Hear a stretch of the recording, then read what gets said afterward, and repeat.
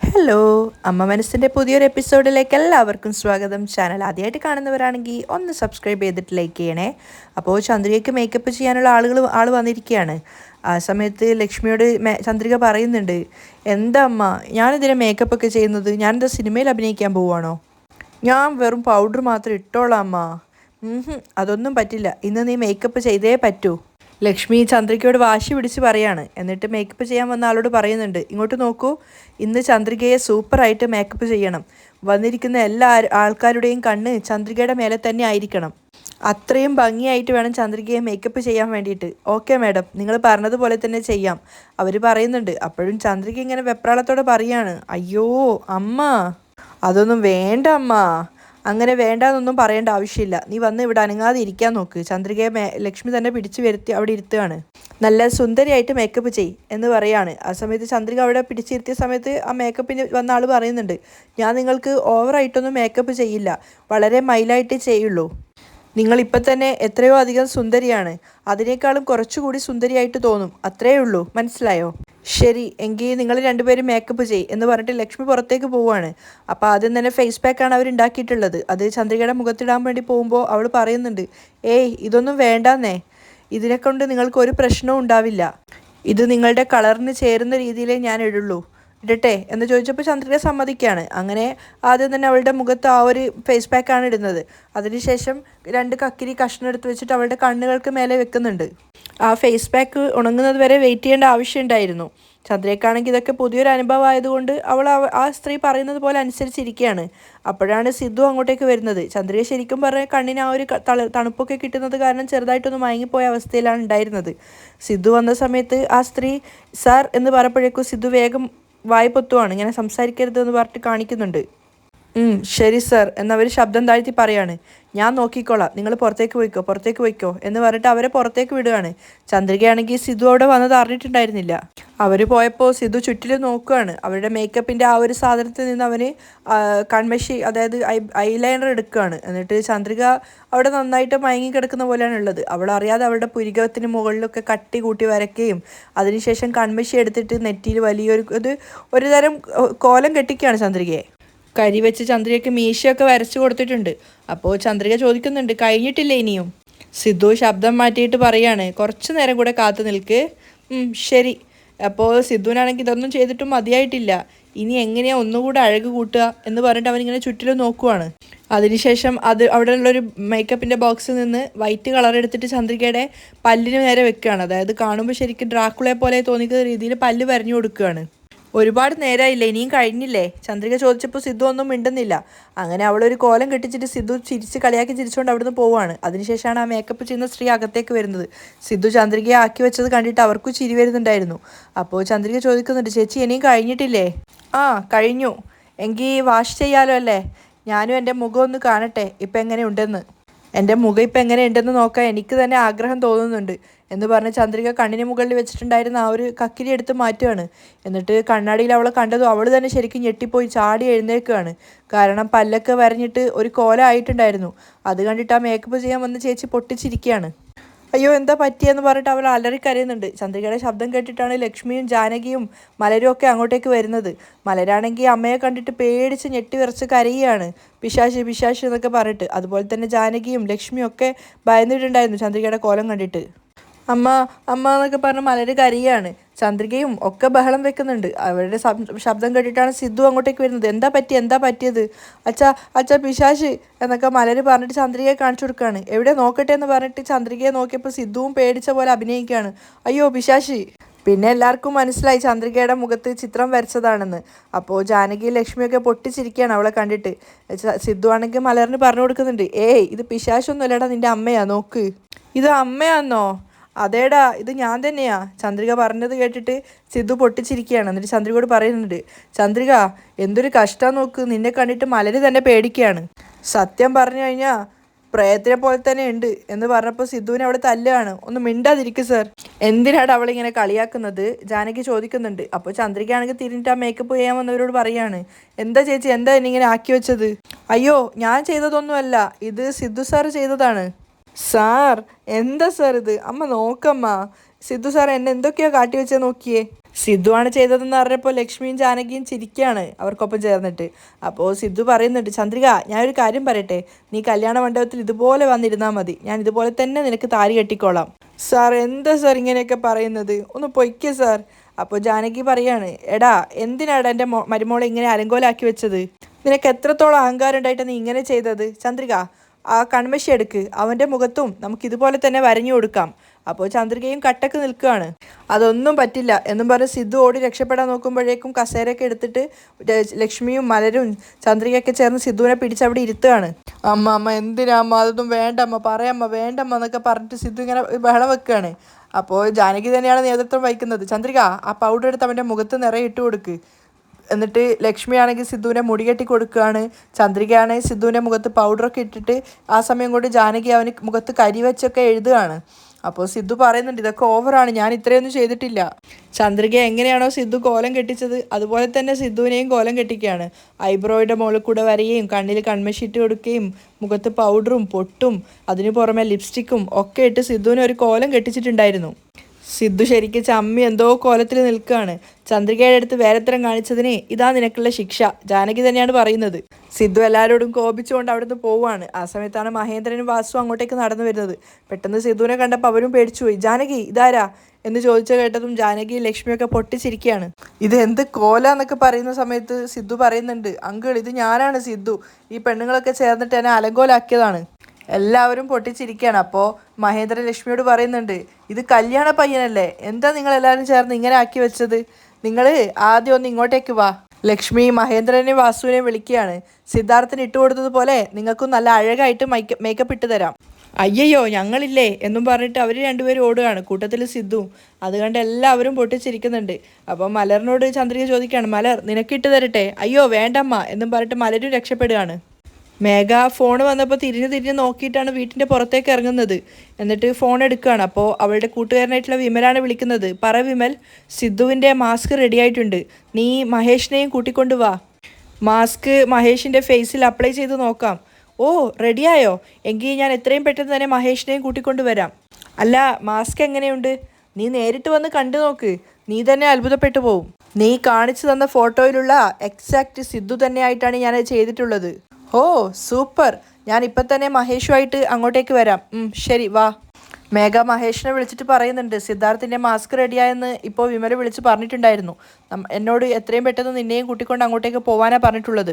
ഓ റെഡിയായോ, എങ്കിൽ നീ വർക്ക്ഷോപ്പിലേക്ക് വാ, ഞാൻ അങ്ങോട്ടേക്ക് വരാം. ശരി, എത്രയും പെട്ടെന്ന് വാ. ആ ഓക്കെ. അങ്ങനെ മഹേഷും മേഘയും ചേർന്നിട്ട് വിമലിൻ്റെ ആ ഒരു സലൂണിലെത്തിയിട്ടുണ്ടായിരുന്നു. അപ്പോൾ മേഘ അതിശയത്തോടു കൂടിയാണ് വന്ന് കയറിയപ്പോൾ തന്നെ സംസാരിക്കുന്നത്. ഹേ വിമൽ, പറഞ്ഞ പോലെ തന്നെ നീ ചെയ്തല്ലോ, മാസ്ക് എങ്ങനെയുണ്ട്, എക്സാക്റ്റ് സിദ്ധുവിനെ പോലെ തന്നെ ഉണ്ടോ? ഞാനുണ്ടാക്കിയ മാസ്ക് വെച്ച് കഴിഞ്ഞതിന് ശേഷം സിദ്ധാർത്ഥിനെയും ഇവനെയും കണ്ടു കഴിഞ്ഞാൽ യഥാർത്ഥ സിദ്ധാർത്ഥ ആരാണെന്ന് ആർക്കും സംശയം തോന്നും. ആഹാ കൊള്ളാലോ, മഹേഷും മനസ്സിൽ വിചാരിക്കുകയാണ്. അതുപോലെ തന്നെ സിദ്ധാർത്ഥിനെ പോലെ തന്നെ ചെയ്തിട്ടുണ്ട്. നീ സിദ്ധാർത്ഥിൻ്റെ അളവ് വളരെ കൃത്യമായിട്ട് പറഞ്ഞു തന്നത് എനിക്ക് വളരെയധികം ഹെൽപ്ഫുള്ളായി. മഹേഷ് വന്നിവിടെ ഇരിക്ക്. മഹേഷ് അവിടെ ചെയറിലിരുന്നപ്പോൾ വിമൽ പറയുന്നുണ്ട്, ഇന്നു മുതൽ നീ മഹേഷ് അല്ല, നീ സിദ്ധാർത്ഥാണ്. ഓക്കെ. മഹേഷിനെ അവിടെ ഇരുത്തിയിട്ട് അവൻ്റെ മുഖത്തൊരു ക്രീം അപ്ലൈ ചെയ്യാണ്. ആ സമയത്ത് വിമൽ പറഞ്ഞു കൊടുക്കുന്നുണ്ട്, ഈ മാസ്ക് ഇട്ടതിന് ശേഷം ഒരു 3 മണിക്കൂറിന് കഴിഞ്ഞാൽ നിൻ്റെ മുഖം നിനക്ക് ചെറുതായിട്ടൊന്ന് ഒരു ഇറിറ്റേഷനായിട്ട് ഫീൽ ചെയ്യും. അങ്ങനെ സംഭവിച്ചു കഴിഞ്ഞാൽ ഈ മാസ്ക് റിമൂവ് ചെയ്തിട്ട് നിൻ്റെ മുഖം ഇളം ചൂടുവെള്ളത്തിൽ നന്നായിട്ട് കഴുകുക. മുഖം തുടച്ച് ക്ലീൻ ആക്കിയതിന് ശേഷം വീണ്ടും ഈ ഒരു ഫേസ് ക്രീം തേച്ചതിന് ശേഷം വീണ്ടും ആ മാസ്ക് നിനക്ക് ഇടാൻ പറ്റുന്നതാണ്. ഇടവിട്ട് ഈ ഒരു ക്രീം മുഖത്ത് തേച്ചിട്ട് വേണം മാസ്ക് യൂസ് ചെയ്യാൻ വേണ്ടിയിട്ട്. അങ്ങനെ ചെയ്തില്ലെങ്കിൽ മാസ്ക് വല്ലാത്ത ബുദ്ധിമുട്ടായിട്ട് നിനക്ക് ഫീൽ ചെയ്യും. ഞാൻ പറഞ്ഞതുപോലെ ഇടവിട്ട് ഇങ്ങനെ ചെയ്തില്ലെങ്കിൽ എന്തെങ്കിലും മാസ്കിന് ആ ഒരു ചുളിവൊക്കെ വരാൻ തുടങ്ങും. അപ്പോൾ എല്ലാവരും നിന്നെ പിടിക്കപ്പെടും. പക്ഷേ മേഘയാണ് അതിന് മറുപടി പറയുന്നത്, ഏയ് അതൊന്നും പേടിക്കണ്ട, അതൊക്കെ കൃത്യമായിട്ട് മഹേഷ് ചെയ്തോളും. വീണ്ടും ഒരുപാട് ക്രീമുകളൊക്കെ ഇട്ടതിന് ശേഷം മുഖം ഫേസ് റിമൂവ് ചെയ്യുകയും വീണ്ടും ഒരുപാട് ക്രീമൊക്കെ തേച്ച് അതിനുശേഷമാണ് അവസാനം മാസ്ക് മഹേഷിൻ്റെ മുഖത്ത് വെച്ച് കൊടുക്കുന്നത്. ഒരുപാട് സമയം പിന്നെ മാസ്ക് വെക്കുന്ന തിരക്കിലായിരുന്നു. മേഘയാണെങ്കിൽ ഇങ്ങനെ അക്ഷമയോടുകൂടി കാത്തു നിൽക്കുകയാണ് എന്താവും റിസൾട്ട് എന്ന് അറിയാൻ വേണ്ടിയിട്ട്. അങ്ങനെ ആദ്യം തന്നെ കാണിക്കുന്നത് സിദ്ധാർത്ഥിൻ്റെ കണ്ണുകളും പിന്നീട് മൂക്കും അങ്ങനെ അങ്ങനെ ഓരോന്നോരോന്നായിട്ട് കാണിക്കുകയാണ്.